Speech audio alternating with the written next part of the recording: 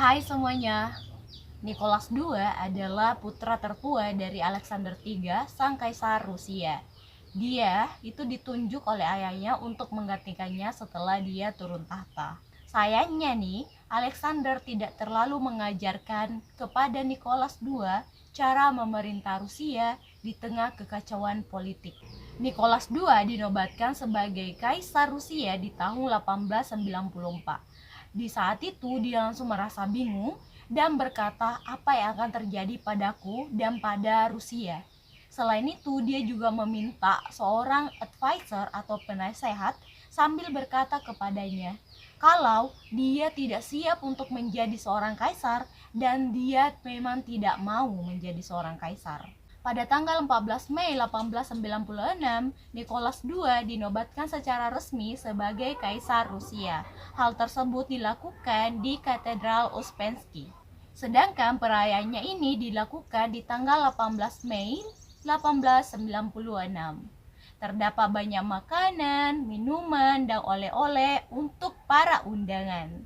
Nah, hal tersebut dilakukan di lapangan Kodinga di luar kota Moskow. Tempat tersebut dipilih karena dipercaya sebagai pusat suci kekaisaran Rusia dan akan menunjukkan legitimasi Nicholas sebagai kaisar dan hubungannya dengan otokrasi lama. Selain itu, perlu diketahui kalau Kodinga ini adalah lapangan yang selalu digunakan untuk latihan militer dan tanahnya tidak rata dengan parit. Jadi yang hadir pada perayaan penobatan Kaisar Nicholas ini sekitar 500.000 orang. Dan ketika makanan dibagikan, semuanya berlarian untuk mendapatkan makanan mereka. Otomatis akan ada yang terjatuh dan terinjak-injak. Sehingga sekitar 1.429 orang yang meninggal dan 9.000 sampai 20.000 orang yang mengalami luka-luka. Itulah awal tragedi saat Kaisar Nicholas II menjabat sebagai kaisar, dan hari itu juga dia mendapatkan nama panggilan yaitu Nicholas the Bloody atau Nicholas berdarah.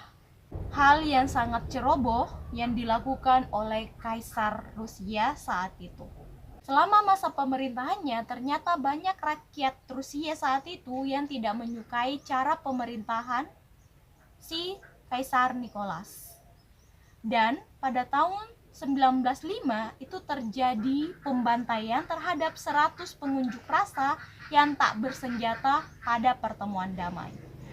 Selanjutnya, ketika putra mahkota Alexei ini lahir, dia tuh terlahir dengan penyakit hemofilia, di mana orang tersebut bisa meninggal akibat kehabisan darah karena luka ringan. Nah, keluarga kerajaan menyembunyikan hal tersebut. Kemudian permaisuri Alexandra ini menjadi dekat dengan seorang mistikus yang bernama Grigory Rasputin. Hal itu disebabkan karena dia itu meyakini kalau gara-gara Grigory anaknya ini selamat dari kematian. Alhasil, rakyat yang membenci pemerintahan Nicholas pun makin menjadi-jadi dan menaruh kecurigaan pada keluarga kerajaan tersebut.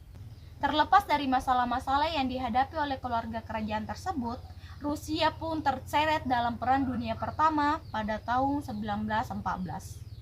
Saat itu, Rusia tidak siap sehingga banyak jatuh korban.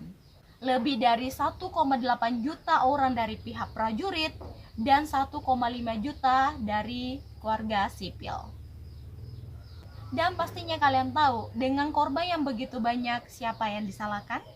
Pastinya sang pemerintah saat itu, yaitu Kaisar Nicholas II. Rakyat Rusia pun mulai melakukan kerusuhan untuk menurunkan tahta Kaisar Nicholas II. Awalnya, Kaisar Nicholas II menolak untuk turun tahta. Namun pada Maret 1917, dia pun mengundurkan diri. Itulah hal yang terjadi selama pemerintahan Kaisar Nicholas II. Kira-kira apa yang terjadi pada keluarga kaisar tersebut ketika dia turun tahta? Terima kasih sudah menonton. See you on the next video. Bye-bye.